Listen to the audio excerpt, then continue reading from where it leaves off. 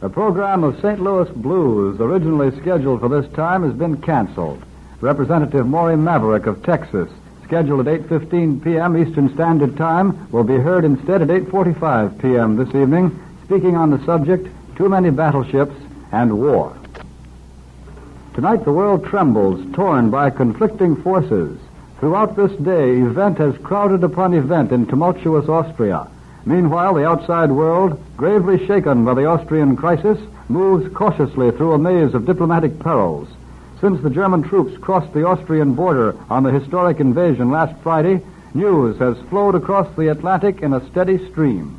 The German Chancellor now winds his way through the conquered nation in a parade of triumph to end in a tremendous spectacle in Vienna. As German troops swarm across frontiers in their first offensive since 1914, momentous decisions are being reached in the capitals outside Germany. And so the world spotlight, for 3 days fastened upon Austria, is shared tonight by London's tiny Downing Street, by the Quai d'Orsay, whose buildings of state line the Seine River in Paris, by other chancelleries throughout the world. To bring you the picture of Europe tonight, Columbia now presents a special broadcast, which will include pickups direct from London, from Paris, and such other European capitals as at this late hour abroad have communication channels available. This is Bob Trout speaking to you from New York, opening Columbia's shortwave transatlantic program to cover the key cities of Europe. But before switching to our first European capital, let us look once again at the latest news bulletins with swift, fresh details of a Europe in turmoil. From the Press Radio Bureau comes a summary written from news supplied by the Associated Press, the United Press, and the International News Service. And here's a quick glimpse of the critical situation in Central Europe. Right at this moment, Austria is no longer a nation, but is now officially a part of the German Empire. Austria and Germany are being welded together under one command, one army, one policy, one economic compact. The Nazis are driving with all their might to bring Austria under complete Nazi domination. President Miklas has been forced out. Ex-Chancellor Schuschnigg has fled to Hungary. Jews, Catholic leaders, and former Austrian government officials are being jailed. Hitler, protected by a bodyguard of nearly 4,000 troops and police, is preparing tonight to go from Linz to Salzburg, and from there to Vienna on a roundabout triumphal tour of the land of his birth, a land which he's fast placing under his thumb. Italy has apparently given Germany an okay, and Hitler has almost fervently thanked Mussolini. In Berlin, Field Marshal Hermann Goering has served notice that Germany intends to go after the Germans in Czechoslovakia, already ringed on several sides by German troops. Czechoslovakia has protested to Germany. It claims that German planes have flown over Czech boundaries, and so Germany promises an investigation. Czechoslovakian diplomatic circles argue that Czechoslovakia is going to be a much tougher nut to crack than Austria was. Their attitude, of course, reinforced by the very strong position which France is taking tonight. France has a new cabinet. Its governmental crisis ended, and it seems to be moving at full speed to bolster up the Czechs and to tighten its alliances with Russia, and from all indications, Russia is willing. In addition to diplomatic steps, motorized columns of French troops are now pushing eastward from the general vicinity of Nancy, at which point France has its strongest eastern concentration of military strength. Infantrymen, machine gunners, and artillery units are included in this movement, and as French officials are closely guarding the scope and details of the movements, this may be of great significance. In London, across the Channel, Prime Minister Chamberlain and his new Foreign Secretary, Viscount Halifax, put their heads together in a conference over Hitler's formal announcement absorbing Austria into the German Reich. They have debated whether they're going to join France in a very stern course of action, and it looks as though they are prepared to go a very long way. Mr. Chamberlain will tell the House of Commons about his plans tomorrow morning, and his message is now being drawn up. However, there's a great deal of excitement in London, which today witnessed one of the wildest demonstrations in years. Tonight, more than 25,000 angry laborites and a few communists fought hand-to-hand with reserves of mounted and foot police outside the white stone German embassy in London, and they shouted, "Hitler is driving Europe to war." The demonstrators were permitted to deliver a manifesto of protest at the door of the German embassy, and the demonstration then swirled in orderly fashion past the Czechoslovakian legation, and now the shouts became, "Austria and Czechoslovakia must be saved. The Hitlers and the Chamberlains must go." Some of the crowd went to the Austrian embassy, arriving there just in time to boo the hoisting of the Nazi swastika flag over the former Austrian legation. Unofficially, many Italian sources say that Mussolini is pretty concerned about the shape of events and more concerned about the shape of things to come. However, the Italian official position is hands-off, this despite the fact that German troops are at the historic Brenner Pass. In Austria, Adolf Hitler has had a triumphant day, a day, however, in which he has been closely guarded and is being closely guarded right now at this moment, as the Nazification of Austria goes on. In Styria province, the original Nazi hotbed, Catholics are in terror. The Nazis claim that they have discovered a hidden store of arms in a monastery. Elsewhere in Austria, there's excitement and turmoil. In order to get a clear idea of just what has been happening, the Associated Press says that you have to visualize what happened in every city, town, and hamlet of the United States in 1918 on Armistice Day. Masses of shouting, singing, flag-waving Viennese milled around, marched through the streets saluting and yelling the Nazi call, "Hail Victory!"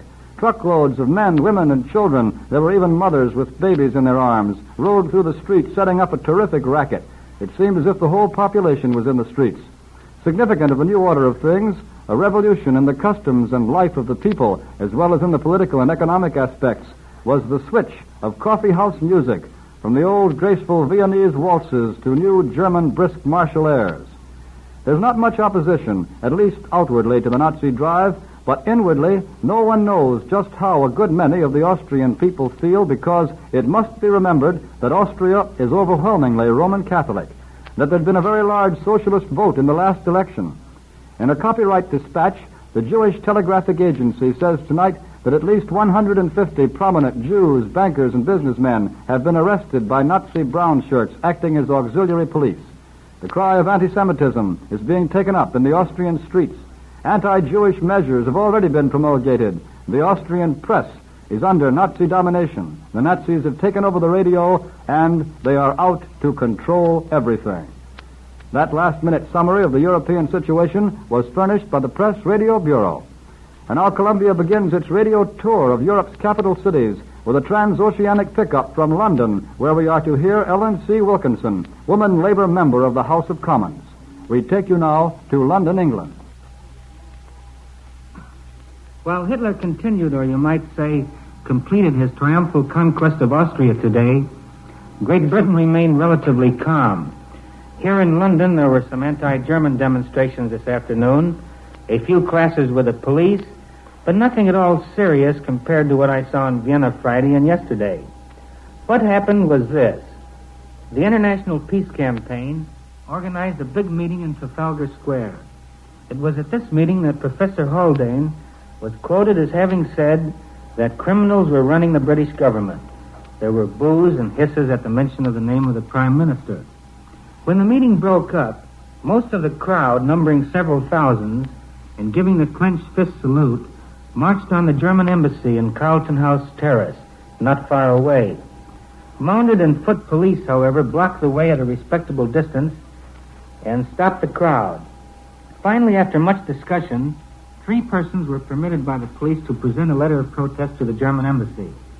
I must say that after the delirious mobs I saw in Vienna on Friday night, today's demonstrations here in London look pretty tame. From the German embassy, the demonstrators made their way to the Czech legation, where they yelled, "Save Austria, save Czechoslovakia." The first, of course, is too late. But the second, about saving Czechoslovakia, undoubtedly was the main preoccupation of Prime Minister Chamberlain and his Foreign Minister Lord Halifax today. Mr. Chamberlain returned from Chequers late in the afternoon, just before demonstrators tried to force their way into Downing Street. A cordon was quickly thrown across the street. Tonight, Lord Halifax saw Mr. Chamberlain, and they talked for about a half an hour. Throughout the day, of course, both had been receiving reports from Austria and the rest of Central Europe. Tomorrow, these will be supplemented by a personal report of the British minister in Vienna, who was today called back to London for personal consultation. Tomorrow morning, there will be a full cabinet meeting, and in the afternoon, the government will make statements on the crisis in both houses of Parliament. About Czechoslovakia, in circles usually well informed, they were saying tonight that Paris and London might agree to save Czechoslovakia after all. The formula, according to this source, was that France would make a declaration about Czechoslovakia and Great Britain would make a declaration about France. But the meaning would be that both countries agreed to help Czechoslovakia if attacked. Many here, of course, are skeptical as to whether Great Britain would go so far. Now, here is Miss Ellen Wilkinson, who needs no introduction to American listeners, and she is going to tell you what, in her opinion, Britain thinks about the matter and what Britain will do. The luckiest Englishman tonight is Anthony Eden. He got out of the government in time. The attitude of Italy in the Austrian crisis has reinforced dramatically the warning he gave us in his resignation speech to the House of Commons. Everyone you meet about London tonight, whatever their political opinions, is saying, I wouldn't like to be Mr. Chamberlain, having to meet the Commons tomorrow afternoon. You will be asking in America, why doesn't Britain do something? Why this strange paralysis in British politics? Well, first, no one in Britain wants war. At the great protest meeting in Trafalgar Square this afternoon, a speaker asked, who will be pacifists in the coming war? A voice in the crowd promptly answered, the men who fought in the last war. That voice represented the man in the street. Yet in the same meeting, the demonstrators were shouting, hands off Czechoslovakia. It is not that the British are afraid of Hitler and Mussolini. If they have to fight, they will. But there is no war feeling here as yet. That is perhaps because there is a curious division in public opinion here. The traditions of the parties have somehow got mixed. On the one side, the liberals, pacifists, the Labour and Socialist adherents have been working against war for years. Until Hitler came to power, they were rather pro-German. But liberals and socialists have seen the fascists suppress. Britain doesn't want war, but it doesn't want Hitler either. On the other hand, the conservatives, who in principle have tended to glorify the tradition of arms, have a certain sympathy with those who have suppressed in Germany and Italy much the same sort of people who are the political opponents of conservatism in England. Therefore, the right, for months, have been trying not to see the fascist threat to the British Empire. So you see, when we meet in Parliament tomorrow, the situation will not seem as clear to us here as it seems to you 6,000 miles away in America. But the idea of playing the game, even if it be a dirty game, according to a set of rules, is strongly ingrained in the English character. When a man rushes in and scoops the pool out of his turn, as Hitler has done in Austria, we English tend to get annoyed. So Mr. Attlee, the leader of the opposition, has been to see Lord Halifax today on the Foreign Secretary's invitation. When he let Mr. Eden resign, Mr. Chamberlain banked his whole future and that of his government on making friends with the dictators. To do this, he had to put the League of Nations and collective security in the refrigerator. Today, as I have talked with all kinds of British voters, from agricultural labourers to businessmen, I find that the feeling is rather one of curiosity as to how Mr. Chamberlain will explain the immediate results of his policy tomorrow. But as yet, the feeling, though people here are deeply moved, is mainly one of interested curiosity. All the newspapers today have carried comforting statements that there is no immediate danger of war. Responsible politicians are considering what it is that Britain can really do. I was lunching with Mr. Lloyd George this afternoon. His view was that the fascist expansion might have been stopped in Manchuria or in Abyssinia, easiest of all in Spain, but that the present challenge was the most difficult of all to meet. France and Britain touch the frontiers neither of Austria nor Czechoslovakia, as their fleets and lands touch both Abyssinia and Spain.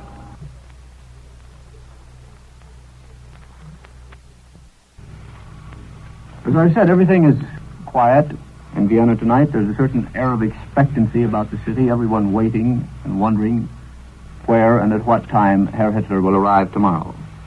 and we're planning to bring you an eyewitness account of Herr Hitler's entry into Vienna sometime tomorrow. We return you now to America.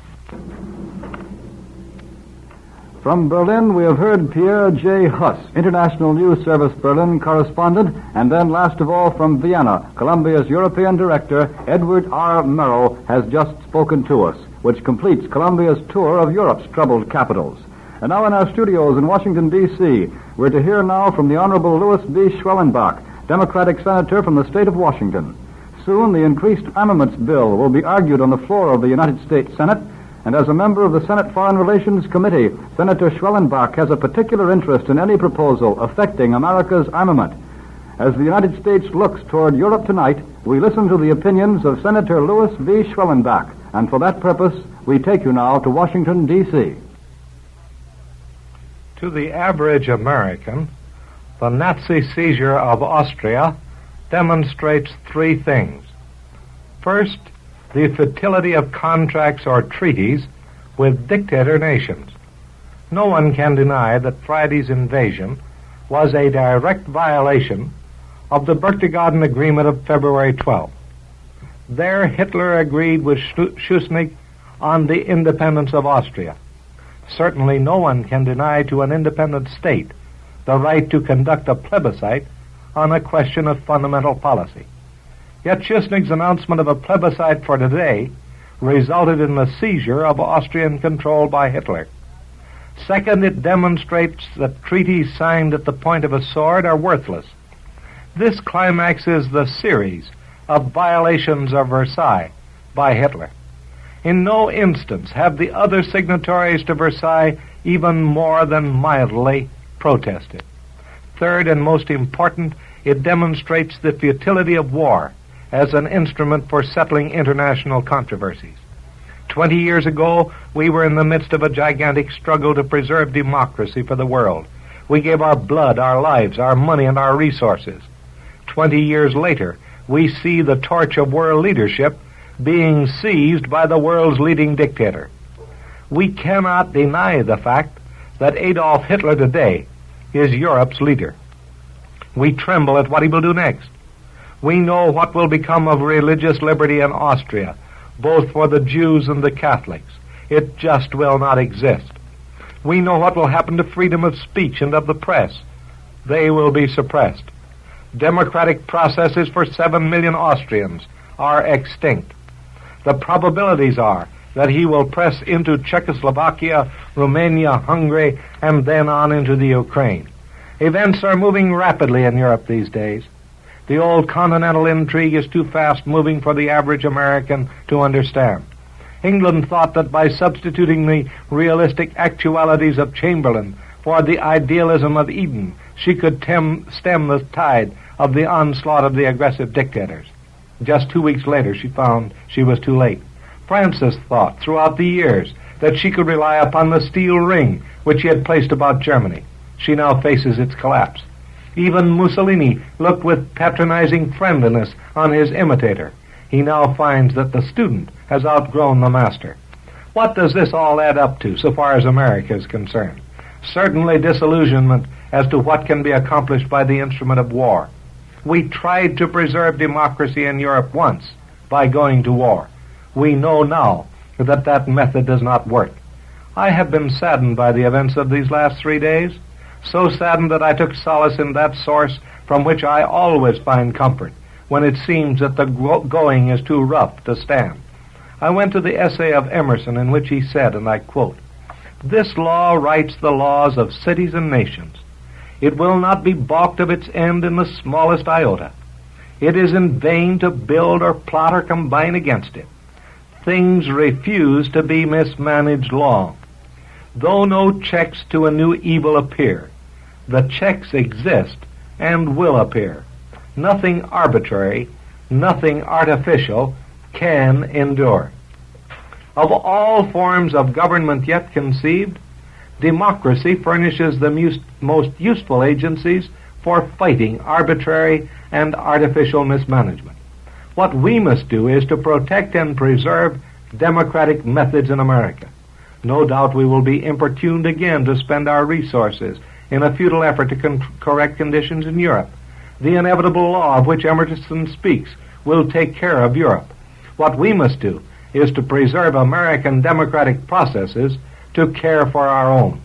History shows that democracies have disappeared when they fail to care for their own. Futility has ever been the nemesis of democracies.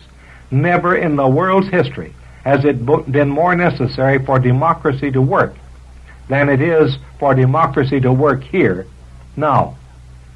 That we have an abundance of local problems, no one can deny. Quarrels exist between industry and labor and government. This is the time when these quarrels should be submerged for the general good. America's position must be consolidated. If the rest of the world wants to involve itself in a general brawl, that is its business. The permanent advance of civilization depends upon the successful maintenance of democratic institutions somewhere. That place should be here. Let us turn our hand to that task. Let no outside influences turn us from it. The Honorable Louis B. Schwellenbach, Democratic member of the United States Senate from Washington, who is a member of the Senate Foreign Relations Committee, has presented America's view of the Austrian crisis. We return you to New York. With world history tense in the greatest crisis in 24 years, the Columbia Network has brought to American citizens a summary of European opinion presented from the capitals of Europe by shortwave radio across the Atlantic Ocean. From London, we heard a member of the House of Parliament, Ellen C. Wilkinson. From Paris, Edgar Maurer, veteran correspondent of the Chicago Daily News. From Berlin, International News Service correspondent Pierre J. Huss. From Vienna, Edward R. Murrow, Columbia's European director. And finally, to summarize opinion in our own capital city, United States Senator Louis B. Schwellenbach has just finished speaking to you from Washington, D.C. This broadcast from 5 world capitals has been a presentation of Columbia's Department of Special Events, which will continue to cover the European situation, bringing you special broadcasts and bulletins as fresh news arrives on this side of the ocean. Tonight at 10:30 Eastern Standard Time, Columbia presents its regular Sunday night news broadcast, Headlines and Bylines, which tonight will include the latest summaries at that hour. Bob Trout speaking. This is the Columbia Broadcasting System.